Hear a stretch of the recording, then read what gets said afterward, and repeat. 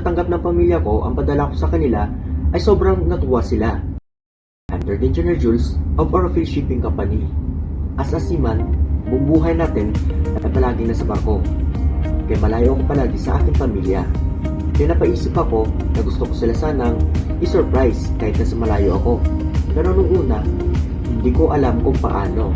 Buti na lang, nakita ko sa internet ang R&D Imported Chocolates branch sa Facebook. Meron silang pasalubong bundles,